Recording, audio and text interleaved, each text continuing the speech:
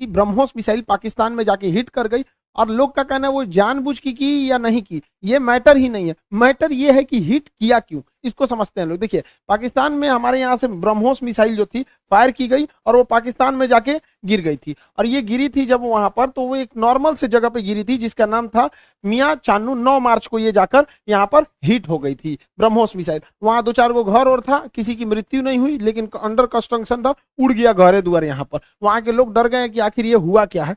तो उसके बाद वहां पर जो सर्विस पब्लिक रिलेशन ऑफिसर होते हैं, ISPR, कहीं पे भी देखिएगा तो एक PR ऑफिसर होता है, PR पब्लिक रिलेशन। यही लोग सारे लोग पब्लिक से कांटेक्ट करते हैं। जैसे मीडिया वाले को पास भी एक पूरी की पूरी PR टीम होती है। अब किसी मीडिया वाले को मान के हमारा इंटरव्यू लेना है, खान सर का इंटरव्यू, तो उन लोग को क्या पता, वो अपने PR टीम को बोलेंगे कि खान सर का नंबर निकालो, बताओ कहाँ बात करना है। तो वो PR टीम ही काम करती है। तो हर डिपार्टमेंट का एक PR ऑफिसर होता है, पब्लिक रिलेशन ऑफिसर, वही बताता है क्या हो रहा है क्या नहीं हो रहा है, एक तरह का प्रवक्ता होता है। तो इन्होंने कहा कि हमारी टेरिटरी में एक पता नहीं अनआइडेंटिफाई कोई ऑब्जेक्ट घुस गया, 4 मिनट तक उड़ते रहा, प्रोजेक्टाइल था, वो आया गिर गया, किसी की जान माल की क्षति नहीं हुई है, हमने उसे पूरी रडार में ट्रैक किया, आके वो यहाँ पे गिर गया। ये इन लोग का स्टेटमेंट था।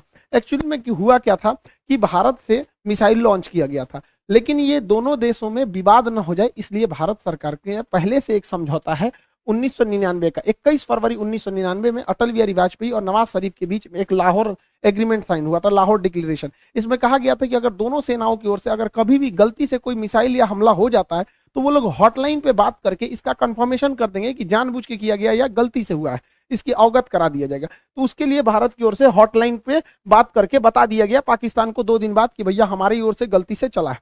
अब ये हॉटलाइन क्या होता है? ये हॉटलाइन फोन में कभी रिंग नहीं बजते। आप जैसे मोबाइल में डायल करते हैं किसी को तो सबसे पहले बोलेगा नमस्कार, भारत ने 150 करोड़ कोविड टीकाकरण पार कर लिया, 175 करोड़। उसमें ये सब कोई रिंगटोन नहीं होता है, वो फिक्स होता है। करना कहाँ है, हॉटलाइन होते हैं, उसमें 4-5 नंबर ही, मतलब लिमिटेड नंबर होते हैं, वहीं फोन करना। एक बार फोन करेंगे तो फटाक से वहां लग जाएगा।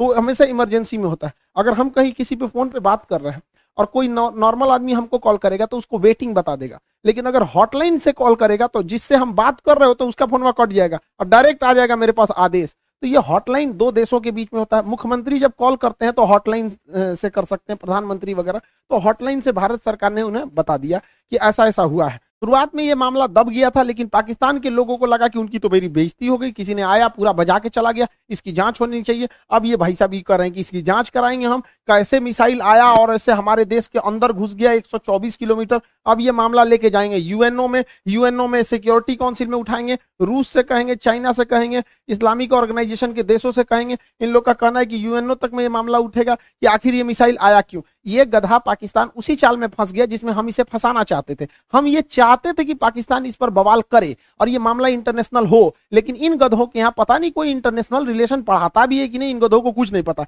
ये हल्ला कर दिए हैं। एक्चुअल में ये मिस फायर नहीं था, ये डायरेक्ट फायर किया गया था जानबूझ के। हम आपको कुछ प्रूफ देते हैं, आप समझिए क्यों डायरेक्ट फायर किया गया था। यह मिसाइल जब उड़ती है हरियाणा से तो यहां से लगभग हरियाणा पंजाब के बॉर्डर से 2 मिनट तक इंडिया में रहती है, फिर ये कर्व करके पाकिस्तान में जाती है, 4 मिनट तक ये पाकिस्तान में फ्लाई करती है। अब ये बताइए, जो मिसाइल ऑपरेटर इसे 4 मिनट तक फ्लाई कर रहा है, तो भारत में जो मिसाइल ऑपरेटर, उसे भी पता है कि वो इंडिया का बॉर्डर छोड़ दिया और पाकिस्तान में जा चुका है। तो पहला बात कि जब वो 4 मिनट तक दुश्मन की टेरिटरी में घुसा कैसे, ये इंडिया वाले को तो पहले से पता था। एक और गलती क्या थी, सेल्फ डिस्ट्रॉइंग सिस्टम होता है। जब कभी भी मिसाइल अपने रास्ते से भटकता है तो उसे मिसाइल के अंदर ऑटोमेटिक डेटोनेटर लगा होता है जो मिसाइल को रास्ते में ही ब्लास्ट कर देता है, जिससे कोई नुकसान नहीं होता है। तो किसी भी मिसाइल को मारने से पहले उस मिसाइल का एक ऑपरेटर रूम होता है, उस ऑपरेटर रूम से उस मिसाइल को फायर किया जाता है। फायर करने के बाद वो ऑपरेटर इस मिसाइल को रडार पर देखता है, अगर रास्ता भटकता है तो सेल्फ फायर कर देता है।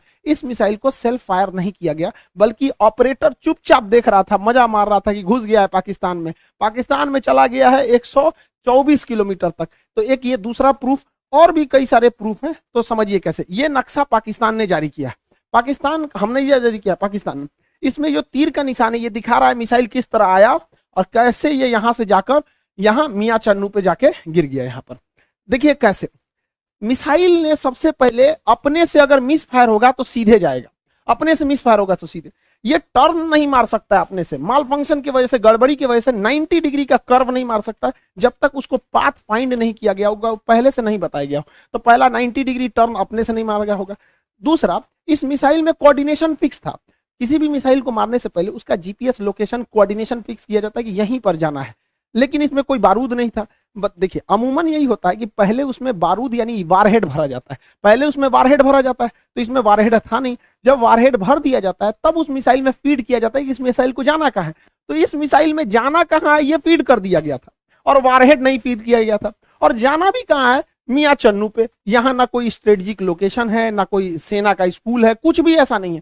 जानबूझ के भारत ने मिसाइल का वारहेड हटाया कि किसी की जान माल की हानि ना हो, और ऐसे जगह को चुन लिया जहां कोई स्ट्रेटेजिक महत्व नहीं है कि बवाल ना होगा। बस हमें मिसाइल घुसा के बवाल करना था, भयंकर बवाल नहीं कराना था। एक और देखिएगा, इस मिसाइल को अगर देखेंगे तो 104 किलोमीटर से ज्यादा ये भारत में रही है, 124 किलोमीटर गई है, उसके बाद भी ये एक्स्ट्रा गई है। यानी इस मिसाइल की रेंज जो थी वो 290 किलोमीटर ही है।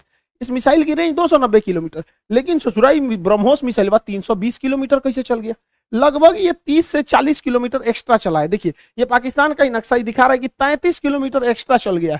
ये बवाल है भैया, रेंज से 33 कैसे। तो कोई भी चीज को फेंकते हैं तो जब रेंज खत्म हो जाता है तो आराम से गिरता है। तो ब्रह्मोस और आगे गया था यहाँ पर। इस दौरान भी इसे सेल्फ डिस्ट्रॉय नहीं किया गया, यानी भारत से बैठ के ऑपरेशन टुकुर टुकुर देख रहा था, जानबूझ के किया गया है इसको।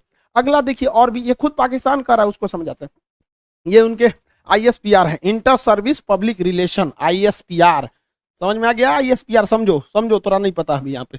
पहला इनका कहना है कि हम उस पर नजर बनाए हुए थे। देखिए इन निकम्मों को, इसके देश में 124 किलोमीटर कोई मिसाइल घुस गई, इसको ये लोग अपने रडार में बस नजर बनाए हुए थे। ये खुद कह रहा है कि हमने बस उसको ट्रैक किया, उसको 124 किलोमीटर, क्योंकि उस मिसाइल की रफ्तार इतनी ज्यादा थी, 3 मैक की थी, कि हम उसे मार के नहीं गिराए। जबकि जब भी कोई एयरफोर्स में कोई दूसरी देश का जहाज या कुछ भी हॉस्टाइल सिचुएशन में कोई चीज एंट्री करता है तो स्टैंडर्ड ऑफ प्रोसीजर SOP जो कहता है कि सबसे पहले उसको मार के गिराओ। तो इन लोगों ने मारा नहीं वहां पर। 124 किलोमीटर जब ये घुसा है तो कई बड़े शहरों के ऊपर से क्रॉस करके गुजरा है, कई हाई वैल्यू टारगेट को क्रॉस करके गुजरा है। क्या पता वहीं गिर जाता। तो इससे यह साबित हो जाता है कि इनके पास ब्रह्मोस को मार के गिराने की क्षमता है ही नहीं, वरना इतने हाई वैल्यू टारगेट के ऊपर से गया है, वहीं गिर जाता तब क्या हो जाता। ब्रह्मोस न्यूक्लियर कैपेबल मिसाइल है, यानी इनके देश के ऊपर से इतनी बड़ी मिसाइल चली गई। ये लोग केवल और केवल बेशरम लोग कह रहे हैं कि हम उसे ट्रैक कर रहे थे। करते रहो ट्रैक, यहां से इतना डिग्री कर्व मार के तुम्हारे यहाँ आके गिर गया। पाकिस्तान इसे मार के गिरा भी नहीं सकता, क्योंकि ब्रह्मोस 3 मैक से चलती है। इसके पाकिस्तान के पास चाइनीज रडार है, इन चाइनीज रडार की हेल्प से इसके पास 2 तरह के मिसाइल क्षमता है। एक HQ-7 है, ये 30 से 40 किलोमीटर की दूर की मिसाइलों को मारता है। एक HQ-9 है, ये लगभग 150 किलोमीटर मार सकता है। ये दोनों चाइना का है। इस सबको पता नहीं चला कहाँ चल गया यहाँ पे, इन सब किसी काम का नहीं। अब इससे चाइना भी घुस आया है, क्योंकि उसका ऑर्डर दे रखा था। चाइना पूरी दुनिया को ऑर्डर दिया था कि भैया हमारा HQ-9 डिफेंस सिस्टम बहुत अच्छा है, ले लो। अब पूरी दुनिया ने उसको ऑर्डर कैंसिल कर दिया।